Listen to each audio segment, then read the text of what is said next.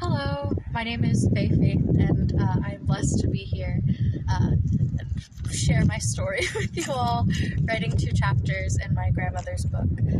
First one being The Origins of Faye, where I share a bit about my backstory and the way I was raised, and then what my experience was after almost being crushed to death. So this book does cover a lot of the most traumatic times in my life.